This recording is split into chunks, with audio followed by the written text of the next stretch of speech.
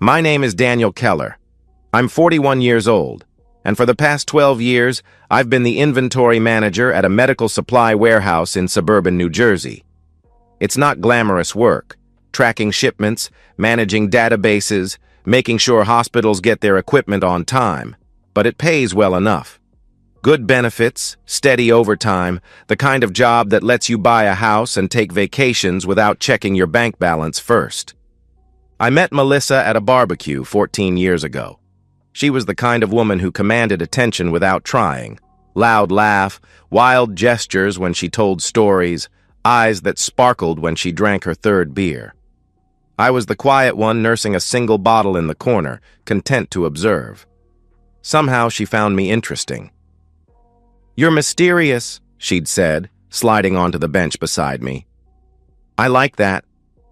We built a life together. No kids. We'd tried for 3 years before accepting it wasn't meant to be. I worked at the warehouse, managing inventory for a medical supply company. Good benefits, steady pay, enough overtime to afford our 3-bedroom colonial in the suburbs. Melissa worked part-time at a boutique downtown, selling overpriced handbags to women who had too much money. We took a vacation every summer, nothing fancy, usually a week at the shore. We had anniversary dinners at the same Italian place every year, predictable, comfortable, safe, or so I thought. That Friday in March, I came home 2 hours early. My supervisor, Greg, had noticed me favoring my back after lifting a heavy pallet wrong. "Go home, ice it, see you Monday," he'd instructed. I didn't argue.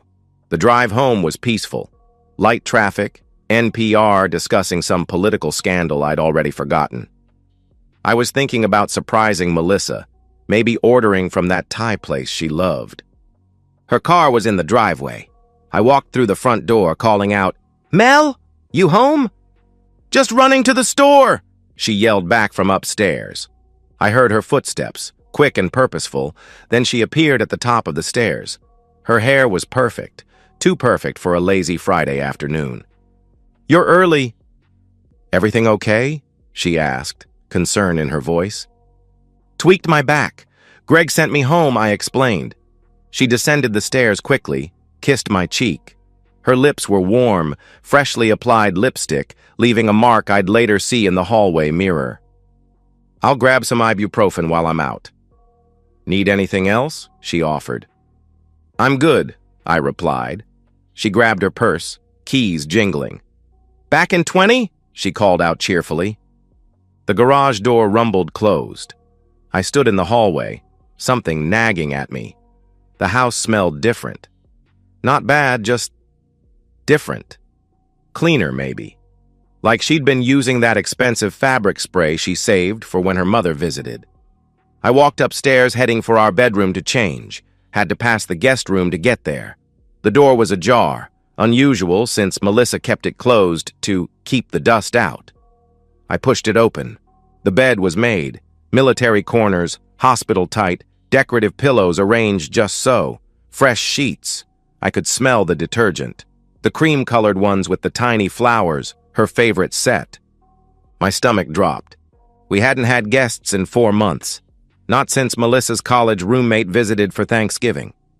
I'd changed those sheets myself afterward, replaced them with the plain blue set. Those sheets should still be on this bed.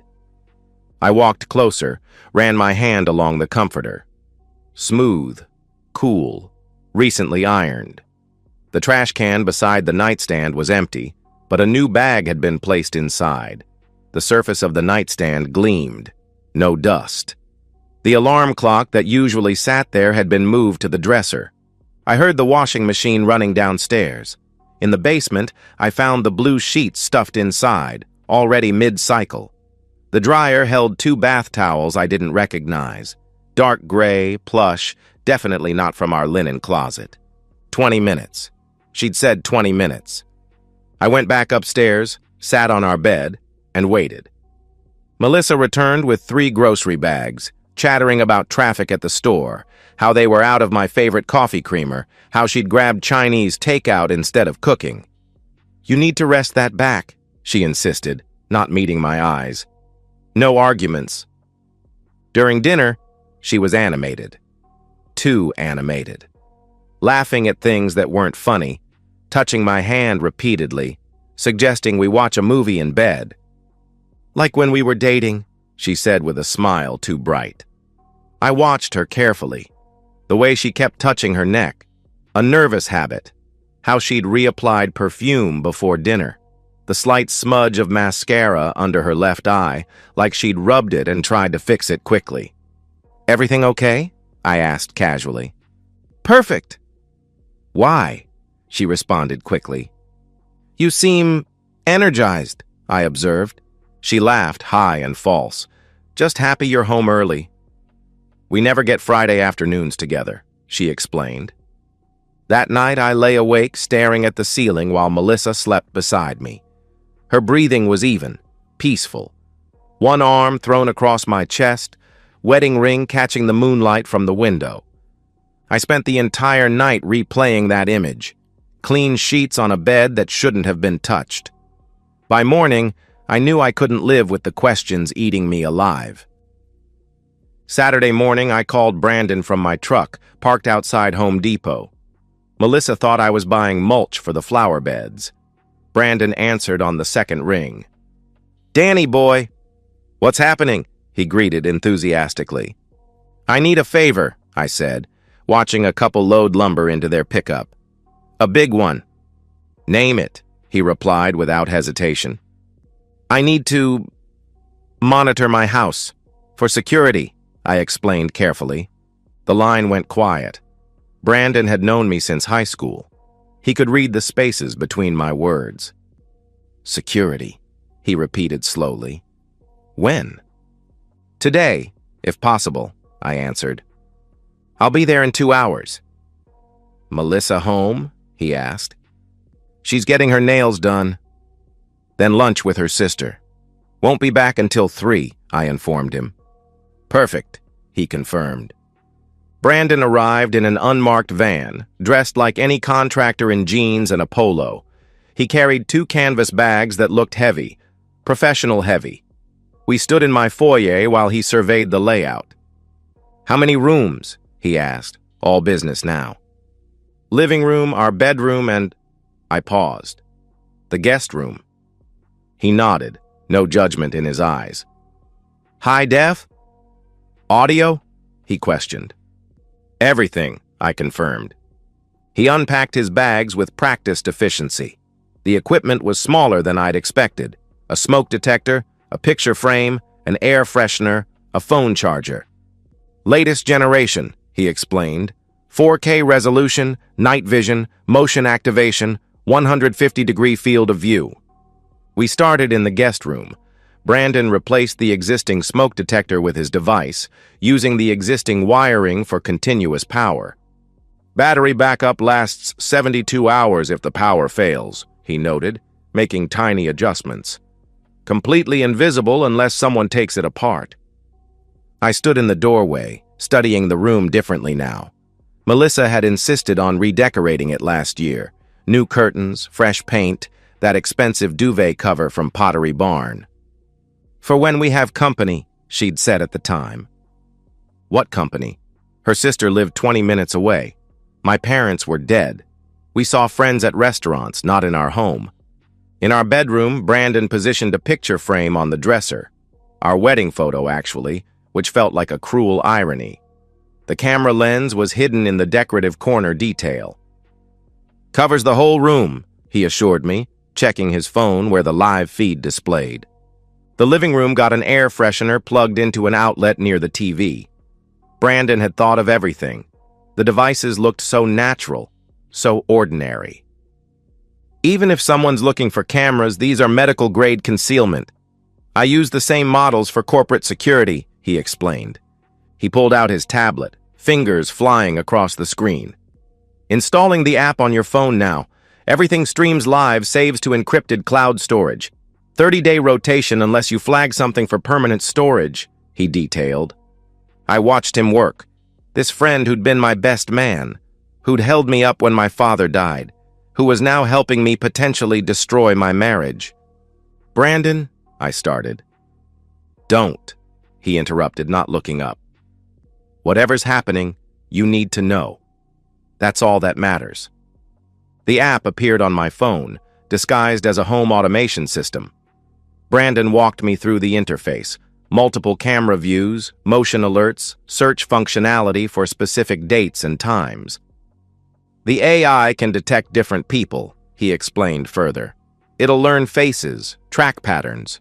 You'll know everyone who enters these rooms. We tested each camera.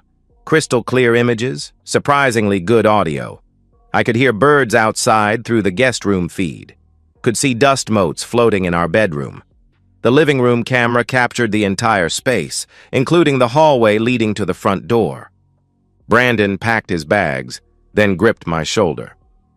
Whatever you're looking for, I hope you don't find it, he said sincerely. I hope so too, I replied, meaning it. But I need to know. He paused at the door. The system's invisible, but once you start watching, you can't unsee things, Danny. Be sure you're ready for that, he warned. After he left, I sat on my couch, phone in hand, watching myself on 3 different screens. The house felt different now, observed, documented. Every room held a silent witness. I practiced switching between cameras, adjusting settings, testing the motion detection. A notification popped up when I walked from room to room. The timestamp was precise to the second. The quality was better than I'd expected. I could read the spines of books on our shelf, see individual dust particles when sunlight hit the guest room. Melissa texted, "Leaving salon now. Going to grab lunch with Beth. Love you." I responded normally. Have fun. I'll be here working on the yard. But I didn't go outside. I sat there watching empty rooms on my phone, learning the rhythm of my house when no one was supposed to be home. The refrigerator humming, the grandfather clock in the hallway ticking, the occasional car passing outside. The cameras were invisible, but I felt them watching everything. Now all I had to do was wait and pretend my marriage wasn't balanced on the edge of a knife. Monday morning came like any other. Coffee at 5:30, shower at 5:45, kiss Melissa goodbye at 6:15.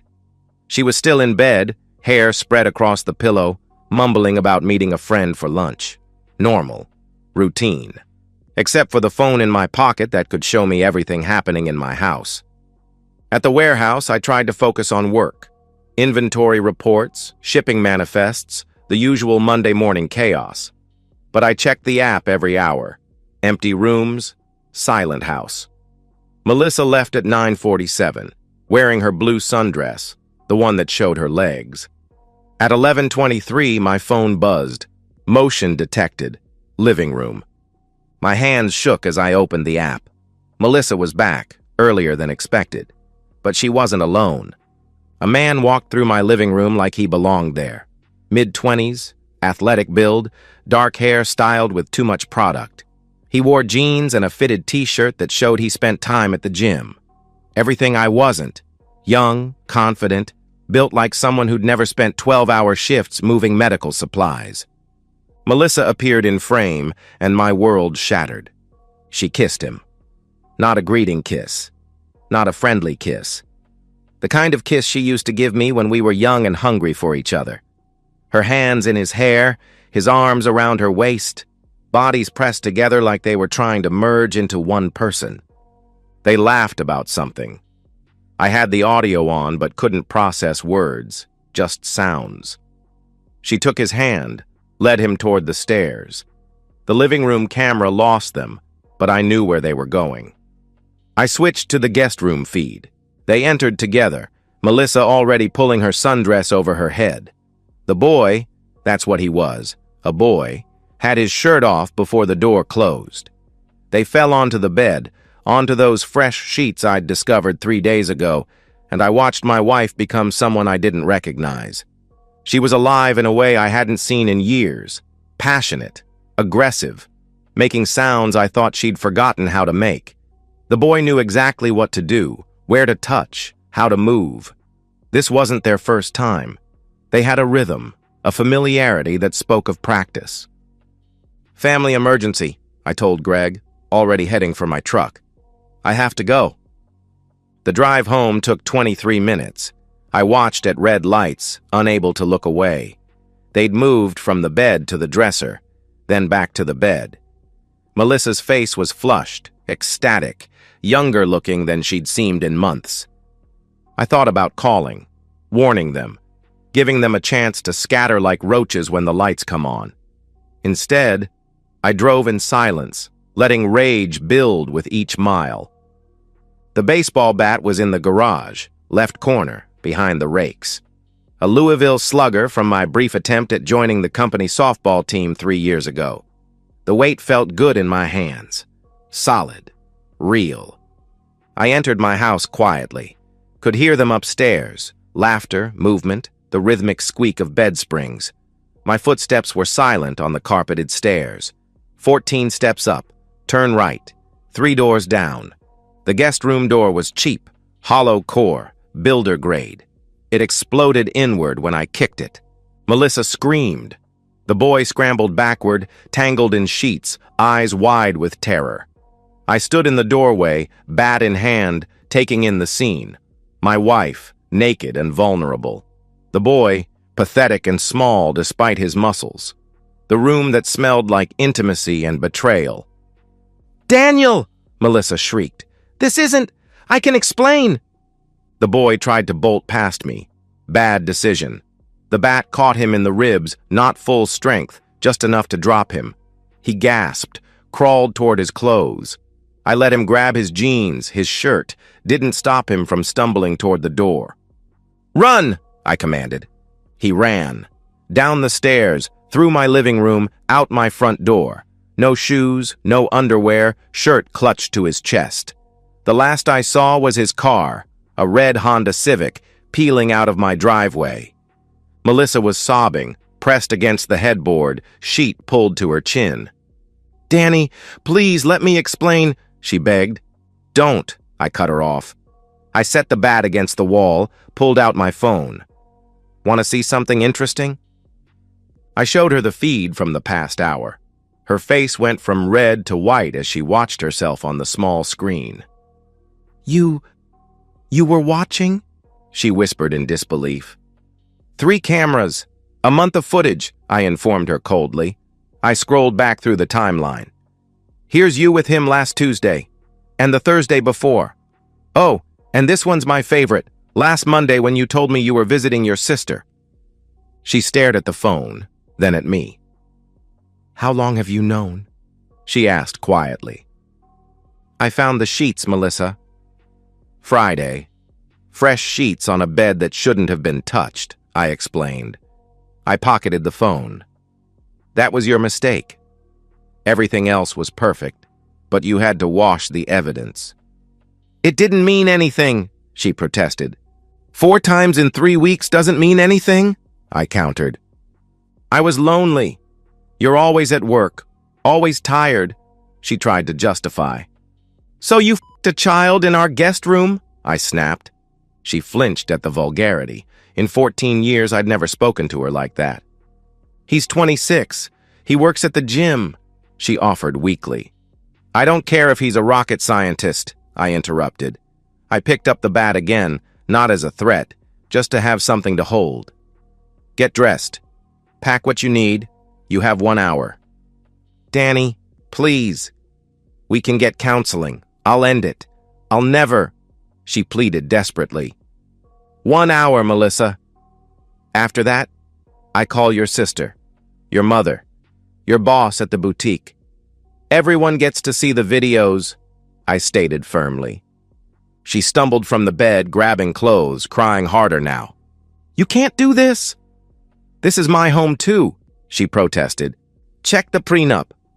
Adultery clause. "You get nothing," I reminded her coldly. As I watched that coward run naked into the street, I realized the real revenge hadn't even started yet. Melissa was about to learn what 14 years of loyalty was worth. Melissa tried everything over the next 3 days. Tears, anger, bargaining. She showed up at the warehouse during my lunch break, mascara streaking her cheeks, begging for another chance. Greg had to escort her out. She sent dozens of texts, apologies, accusations, threats of self-harm. I responded to exactly one, "Don't lie." I knew the truth when I found those sheets in the washer. That was the moment you gave yourself away. Wednesday morning, I met with Patricia Winters, the divorce attorney Brandon had recommended. Her office was all sharp edges and cold efficiency, which suited me perfectly. I laid out the situation, showed her selected footage on my phone. "This is comprehensive," she observed, professional mask not quite hiding her surprise. "The prenuptial agreement you mentioned?" I handed her the document we'd signed 14 years ago, right after our wedding, when Melissa insisted she'd never be one of those women who took a man for everything. "Paragraph 7, Section 3, I pointed out. Patricia smiled, a shark recognizing blood in the water. "In case of infidelity, the cheating party forfeits all claims to marital assets," she read aloud. She looked up. "This video evidence makes it ironclad. She'll get nothing except what she brought into the marriage." "Which was debt from her student loans that I paid off," I added. "Then she gets nothing," she confirmed with satisfaction. While Patricia prepared the divorce papers, I handled the rest. Changed every password. Email, Netflix, Amazon, everything. Canceled her credit cards, removed her from the joint checking account. She'd have access to her own checking account, the one with $847 in it. The gym where the boy worked was easy to find. Melissa had mentioned it. Iron Fit, 6 blocks from her boutique. His name was Tyler Brennan. Instagram influencer wannabe with 3,000 followers and a feed full of shirtless selfies. Engaged to a pretty blonde named Ashley who worked as a dental hygienist. I created an anonymous email account, attached the clearest video clips, and sent them to Ashley with the subject line, "You deserve to know." Then I sent the same package to IronFit's corporate HR department, noting that Tyler had been using his position as a trainer to sleep with married clients. Thursday, Melissa discovered she couldn't access our savings account. The boutique called. Someone had sent them an anonymous tip about an employee's moral character, complete with screenshots. Her boss, a conservative woman who prided herself on running a family-friendly establishment, fired her on the spot. Her sister Beth called me that evening. "What the hell did you do?" she demanded angrily. "I told the truth," I responded calmly. "You destroyed her," she accused. "No, Beth." She destroyed herself. "I just made sure everyone knew about it," I corrected. By Friday, the story had spread through our social circle like wildfire. Melissa's college friends, her book club, the women she had wine nights with, they all received a tastefully edited email explaining why I was seeking divorce, with just enough detail to paint the picture. The response was swift and brutal. She was uninvited from a wedding, dropped from the book club, ghosted by friends who didn't want to be associated with a cheater. Tyler lost his job and his fiancée on the same day. Ashley posted a rage-filled story on Instagram, tagging him and ensuring his humiliation was public. He tried calling Melissa, but she didn't answer. She had bigger problems. Saturday morning, Melissa stood in our bedroom with 2 suitcases, supervised by Patricia, who was there to ensure she only took what was legally hers. Clothes, jewelry she'd bought herself, personal items. The engagement ring I'd saved 6 months to buy. Marital asset. The car I'd paid off last year. Marital asset. The furniture, the electronics, everything that made our house a home. All mine. "Where am I supposed to go?" she asked plaintively, not for the first time. "That's not my problem anymore," I replied without sympathy. She looked at me then, really looked at me, maybe for the first time in years. "You're enjoying this," she accused. "I'm enjoying the justice of it," I clarified. "I made a mistake," she started. 4 times, at least. "That's not a mistake, Melissa. That's a choice. Multiple choices," I interrupted. "She found a studio apartment in a sketchy part of town, the only place that would approve her with no job and minimal savings. I knew because she'd had to list me as a reference, and the landlord called to verify she'd lived at my address. 2 weeks later, I heard through Brandon that she'd gotten a job at a discount clothing store, the kind where everything smells like plastic and sadness. The divorce was finalized in record time, uncontested, given the evidence. Melissa showed up to court in a borrowed dress, alone except for a public defender who seemed annoyed to be there. She signed the papers without reading them, shoulders slumped in defeat. I kept the house, the savings, the investments, the good car. She kept her clothes and her shame. The judge barely looked up as he stamped the decree. She tried reaching out through mutual friends afterward. "Tell Danny I'm sorry. Ask Danny if we can talk. Let Danny know I'm getting therapy." I never responded. She was a stranger now, someone who used to live in my house and sleep in my bed. She walked out of our house with 2 suitcases and a broken spirit. I had won completely, so why did victory feel so hollow?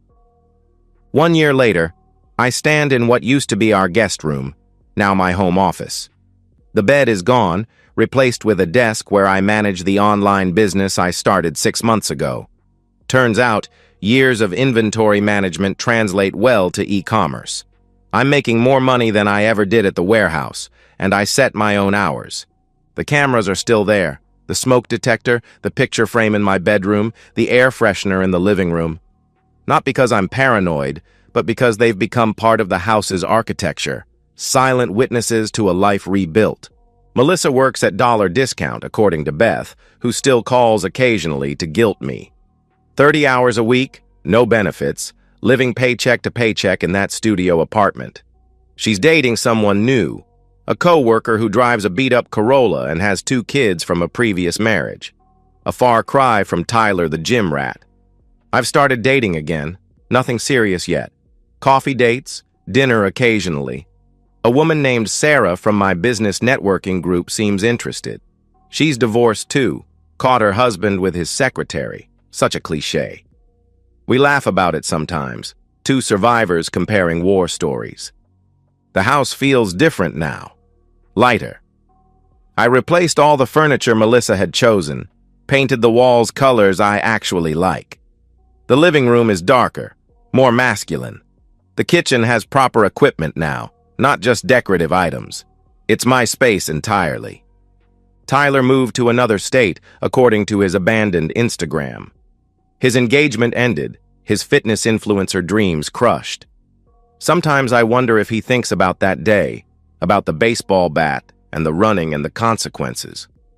Probably not. Boys like him never learn. Brandon comes over for beer and football most Sundays. He never mentions the cameras or asks about that day. We've reached an understanding. Some things are better left in the past, even when they're recorded in 4K resolution.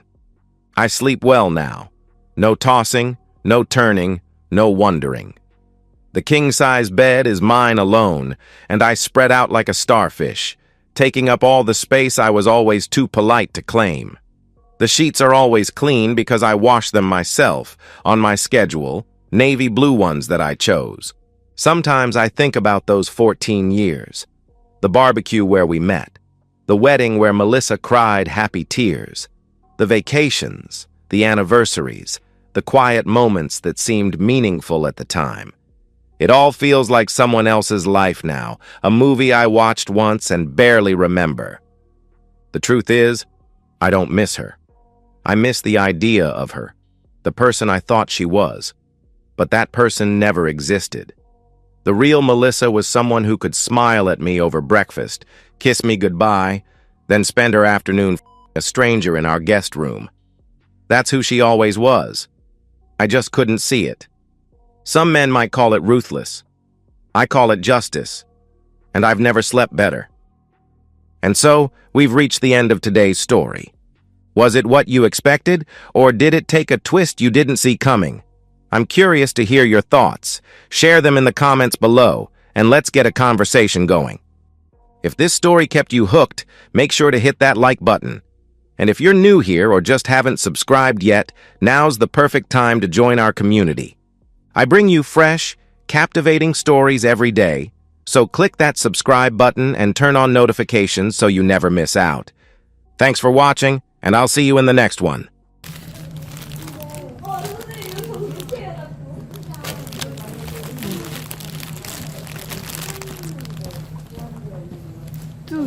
뚜둥 우리 수봉이들 이거 줘야지.